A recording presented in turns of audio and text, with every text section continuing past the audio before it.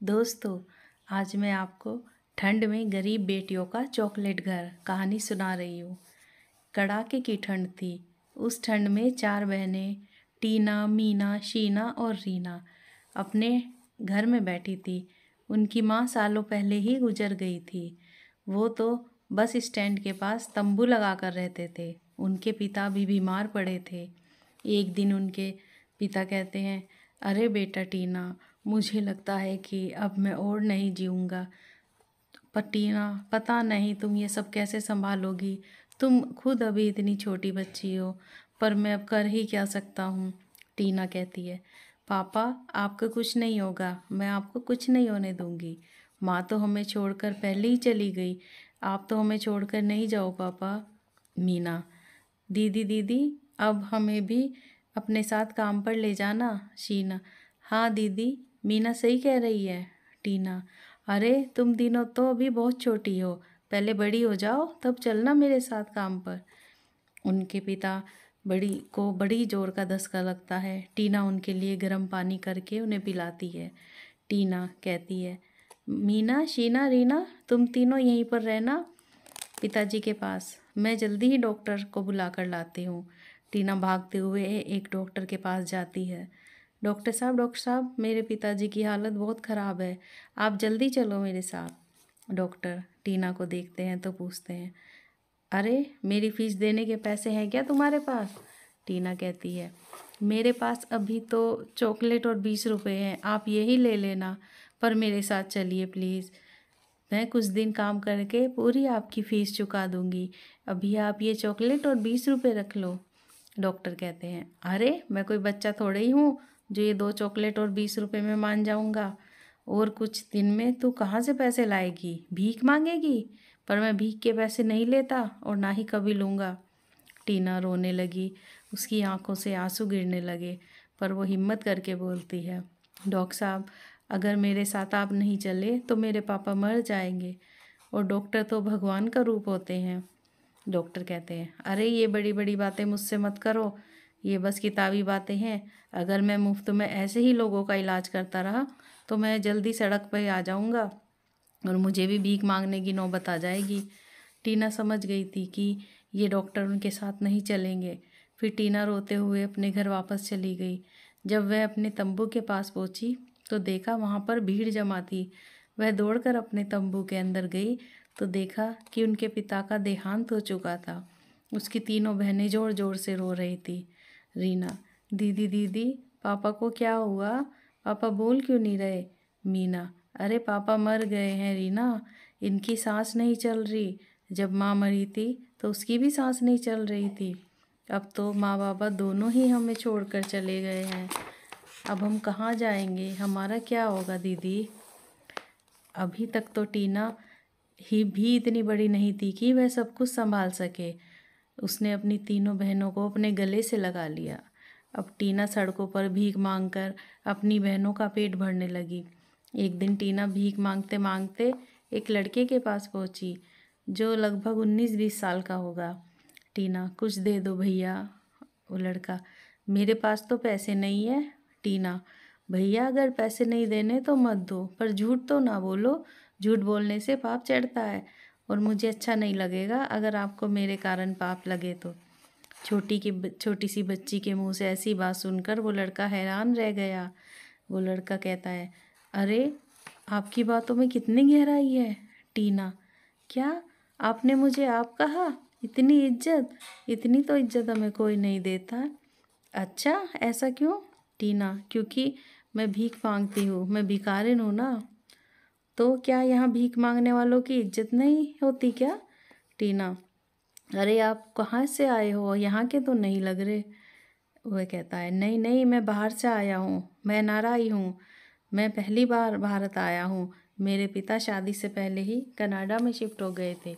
मुझे भारत घूमने का बड़ा मन था तो मैं अपने पापा के साथ यहाँ घूमने चला आया। मेरे पापा होटल में हैं और मैं अकेले ही घूमने निकल पड़ा। और जब मैं रेलवे स्टेशन के पास से गुजर रहा था तो किसी ने मेरा वॉलेट और मेरा फ़ोन चोरी कर लिया। अब मुझे बहुत ज़ोर से ठंड भी लग रही है। टीना, आइए तो मैं आपको चाय पिला देती हूँ। नहीं नहीं, मैं चला जाता हूँ अपने होटल। टीना कहती है। पर आप जाओगे कैसे? आपके पास तो पैसे भी नहीं है और कोई आपको फ्री में तो नहीं छोड़ेगा। अरे होटल में पहुंचकर मैं पापा से लेकर ऑटो वालों को पैसे दे दूंगा। टीना, पापा हो तो कितना अच्छा रहता है ना।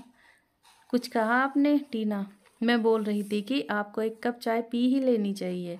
आपको ठंड भी तो लग रही है ना, आप काँप रहे हैं।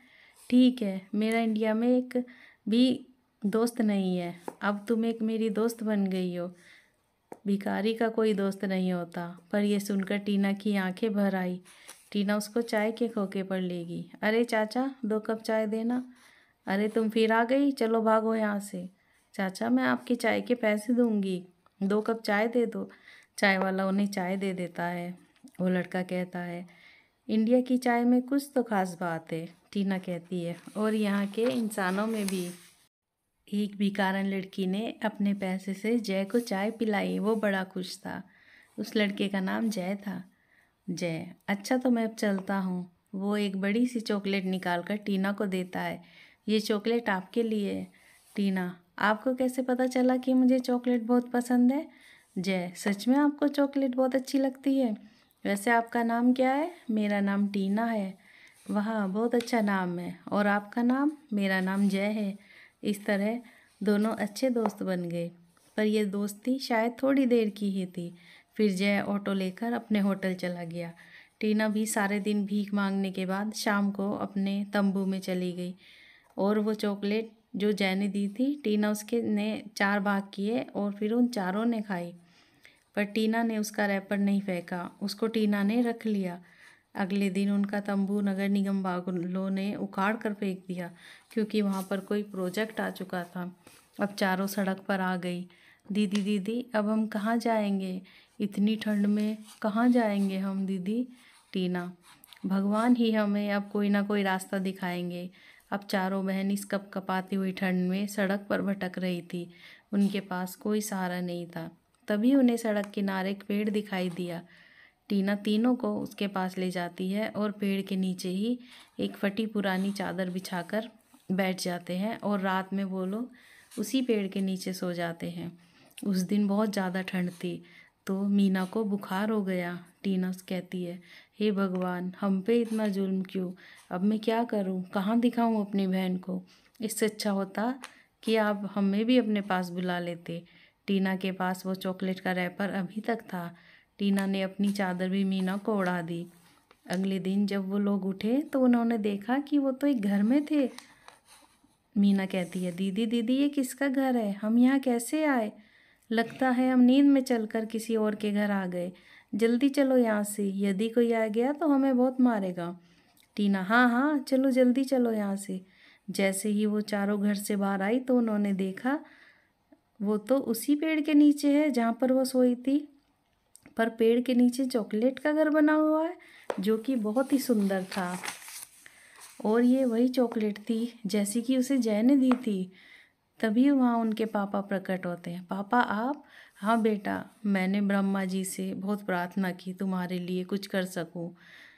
मैं तुम्हारा ये दुख नहीं देख सकता और मैंने तुम्हारे लिए ही चॉकलेट का घर बनाया है। तुम्हारे हाथ में मैंने वो चॉकलेट का रैपर देखा, उसी से मैंने ये चॉकलेट घर बनाया है। ये जादुई घर है। अब तुम लोग जितनी चाहो उतनी चॉकलेट खाओ, ये कभी ख़त्म नहीं होगी। और बेटा, तुम्हें तो चॉकलेट बहुत पसंद है ना? टीना को चॉकलेट जय की भी याद आ गई। अब टीना ने एक उपाय सोचा।